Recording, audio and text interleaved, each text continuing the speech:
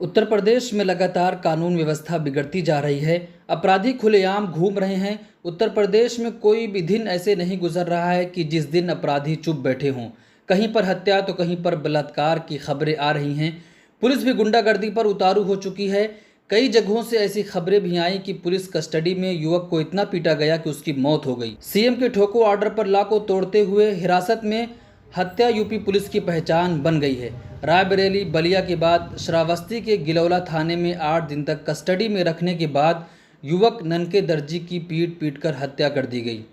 बीते दिनों रायबरेली में दलित की पुलिस कस्टडी में मौत, कल बलिया में युवक के साथ पुलिसिया बर्बरता और आज श्रावस्ती में पुलिस कस्टडी में युवक की पीट कर हत्या हो गई। जमीनी विवाद इनका था। जमीनी विवाद में पुलिस इनको लेकर आई यहाँ, और उसके बाद में जो है पुलिस ने कहा, जब वो लोग आए कि छोड़ दो इसको, तो कहा कि जो ना हमको 5 लाख रुपया दे। उसके बाद 5 लाख से 1.5 लाख रुपए पे आए। 50,000 रुपया मौके पर गरीब आदमी जिसके छप्पर नहीं है घर पे, मजूरी 100 रुपया दिहाड़ी का 200 रुपया दिहाड़ी करके वो खाना खाता है, वो आदमी से 50,000 रुपया नगद ले लिया गया और कहा 1.5 लाख रुपया ले आओ तब छोड़ देंगे। 9 दिन हो गया, नवई हो गया, मुहर्रम हो गया, अभी तक नहीं छोड़ा गया। रात में उसको लात घूसा मुक्का से ड्राइवर और यहाँ के एसओ ने, दरोगा ने, एसआई ने, सिपाहियों ने मार करके हत्या कर दी। लाश बड़ी थी, यहाँ के सभी लोग जानते भी हैं। रक्षक अब भक्षक बन चुके हैं। आप न्याय मांगोगे तो मुकदमा मिलेगा और लड़ोगे थाने में तो मौत मिलेगी, क्योंकि योगी राज जंगल राज बन चुका है। उत्तर प्रदेश पुलिस अपराधियों को खुलेआम छूट दे रखी है। अपराधियों पर से उसका रौब खत्म हो चुका है। इसलिए हर दिन उत्तर प्रदेश का जंगल राज एक नई कहानी लेकर आ रहा है। लेकिन उत्तर प्रदेश का ये जंगल राज मुख्य मीडिया से गायब है। जनता किस हालत में है इसकी उसे परवाह नहीं। उत्तर प्रदेश का राम राज हर दिन एक नई कहानी लेकर आ रहा है, जिसमें गरीबों और कमज़ोरों की कोई जगह नहीं है। जंगल राज कब किसको अपना शिकार बना ले कोई नहीं जानता। बदमाशों ने डिप्टी सीएम दिनेश शर्मा के भांजे दामाद से लूटपाट की। अंदाज़ा लगाइए कि जब उत्तर प्रदेश के डिप्टी सीएम के रिश्तेदार उत्तर प्रदेश में महफूज नहीं हैं तो आम जनता कैसे सुरक्षित हो सकती है। सड़कें अपराध से सनी हैं, गलियां अपराधियों से भरी हैं। अरे अब तो जागिए मुख्यमंत्री जी।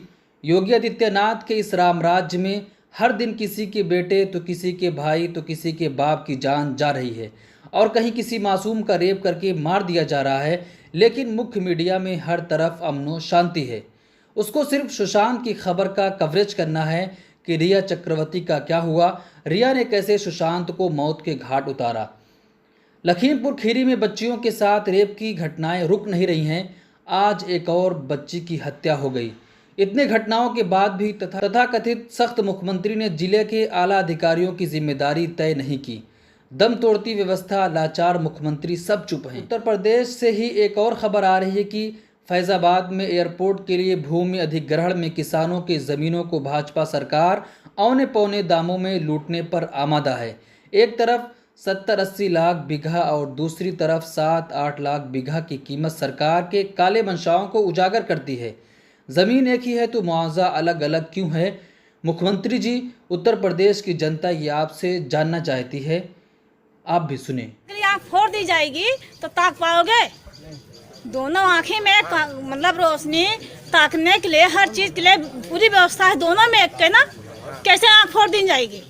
हमको बराबर रेट दिया जाए तब हम जमीन देने के काबिल हों और नहीं है। सरकार हम लोगों की जमीन एकदम कौड़ी के भाव ले रही है और हमारे यहाँ जितने भी जमीनें जाएंगी सबको कहीं पहले बसाने का काम, उसके बाद एक नौकरी जैसे हो तब हम लोग अपनी अपनी जमीनें देंगे, अन्यथा नहीं देंगे। चाहे यहीं पर धरना चलती ही रहे, कोई दिक्कत नहीं है। अंगूठा लगाएं या साइन कराएं, हम सबसे यही हाथ जोड़कर प्रार्थना है कि वो साइन ना करें। हम लोग जैसे हम लोग गरीब हैं, लेकिन हमको थोड़ मिलेगा तो हम कहाँ जाके बसेंगे। तो हम यही कहते हैं कि हम लोग भी अपनी जमीन छोड़ करके हम लोग नहीं जाएंगे तो जितना मुआवजा जनौरा को मिला है उतना मुआवजा यहाँ धर्मपुर में मिलेगा तो जाएंगे। इसके बगल कहीं जाकर हमारा गांव बसाएं तो हम लोग देंगे, नहीं तो नहीं देंगे। इसका किसका जिम्मेदार कौन है? इसके जिम्मेदार किसान है कि सरकार है? सरकार को इसको अपडेट नहीं करना चाहिए। हमारा हमको मुआवजा 8 लाख रुपया बीघा मिल रहा है। बगल जनौरा का मुआवजा जो है वो 80 लाख और 70 लाख रुपया मिल रहा है। ये ठीक है? हम लोगों को भेड़ और बकरा बना दिया गया है। ये खसी भेड़ा हम लोग भेड़ हो गए हैं। प्रियंका गांधी को, राहुल गांधी को वो आए और उनको मैं बुलाना चाहता हूँ। योगी को खदे देना चाहिए। ऐसी मुझे सरकार नहीं चाहिए। या तो हम सबको नौकरी चाहिए, नहीं तो हम प्राण दे देंगे और आत्महत्या कर लेंगे, जमीन नहीं देंगे। शासन बगल के ग्राम सभा को जो मुआवजा मिला है जनौरा को 75 लाख रुपए प्रति बीघा की दर से दिया गया है और धर्मपुर के किसानों को उसी जमीन की कीमत जो एक ही मेड़ से सटी हुई है इनको 8,40,000 रुपये दे के जो है बैनामा कराया जाता है। तो धर्मपुर के किसान इससे नाराज हैं। उनका कहना है कि जब एक ही पर्पज, एक ही योजना के लिए ज़मीन ली जा रही है और एक ही मेड़ से सटा हुआ मामला है तो हमको एक समान मुआवजा मिलना चाहिए, तभी हम अपनी ज़मीनों का बैनामा करेंगे। अन्यथा इसके लिए हमें चाहे जान देनी पड़े, चाहे जो आंदोलन करना पड़े, हम अपनी ज़मीनों को ऐसे ही कौड़ियों के भाव में बैनामा नहीं करेंगे।